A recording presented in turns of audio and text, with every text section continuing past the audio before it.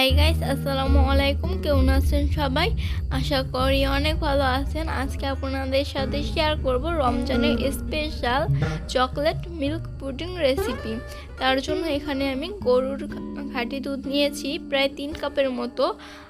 আপনারা যতটুকু বানাবেন পরিমাণ মতো নেবেন। আর এখানে আমি দিয়ে দিচ্ছি 2 চা চামচ গুঁড়ো দুধ। যারা মিষ্টি খাবারে লবণ পছন্দ করেন কেবল তারাই লবণটা দিয়ে দিবেন। আর আমি এলাচি দিয়েছি 2টো, আমার কাছে এলাচ গুঁড়োটা ছিল না। আর এখানে আগার আগার পাউডারটা আমি গুলিয়ে আগে রেখেছিলাম, সেটাই দিয়ে দিলাম। একটু দলা পেকে গেছে, সমস্যা নেই।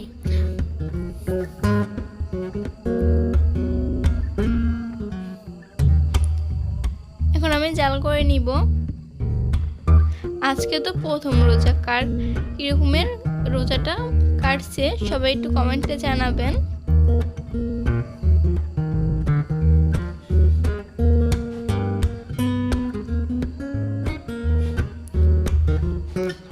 এখানে আমি হাফ চা চামচ লাল চিনিগুলো দিয়ে দিয়েছি। আপনারা চাইলে যে কোনো সাধারণ যে চিনিগুলো আছে ওগুলো দিয়ে দিতে পারেন, সমস্যা নাই। এতে কিন্তু স্বাদের কোনো পরিবর্তন হবে না।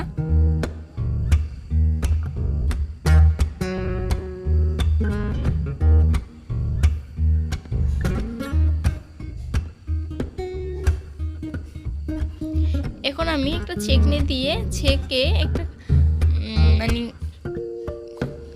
বাটিতে ঢেলে নিয়েছি। এখানে নিয়েছি আমি কোকো পাউডারের ভিতরে দিয়ে দিয়েছি হাফ চা চামচ লাল চিনি। আপনারা চাইলে যে কোনো চিনি দিতে পারেন। আর এখানে নিয়েছি হাফ চা চামচ আগার আগার পাউডার।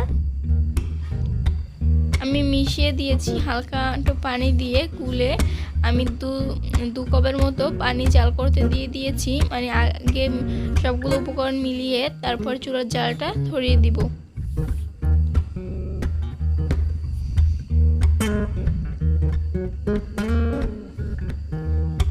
এখানে আমি কিছু চিনি অ্যাড করে দিয়েছি।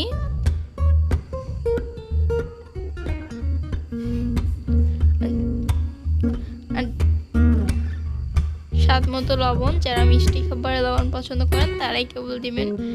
আর 2টো ইলাচির গুঁড়ো এখন আমি দিয়ে দিলাম, ঢেলে নিব।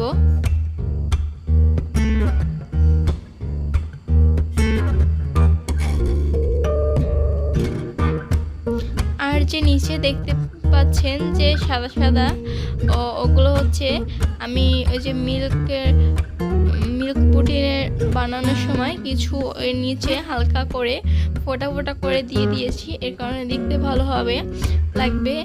আর মিল্ক পুডিংটা একটু ভেঙে গেছে, কারণ আমার ভাই একটু ও কোকো পাউডারের মিশ্রণটাকে ও চকলেট ভেবে খেতে চেয়েছিল।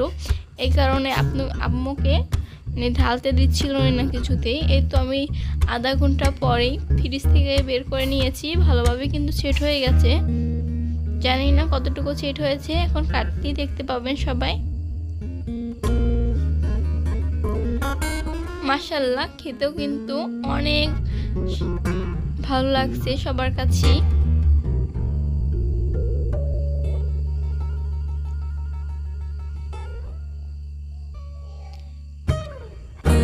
এই তো আজকের রেসিপি এই পর্যন্তই।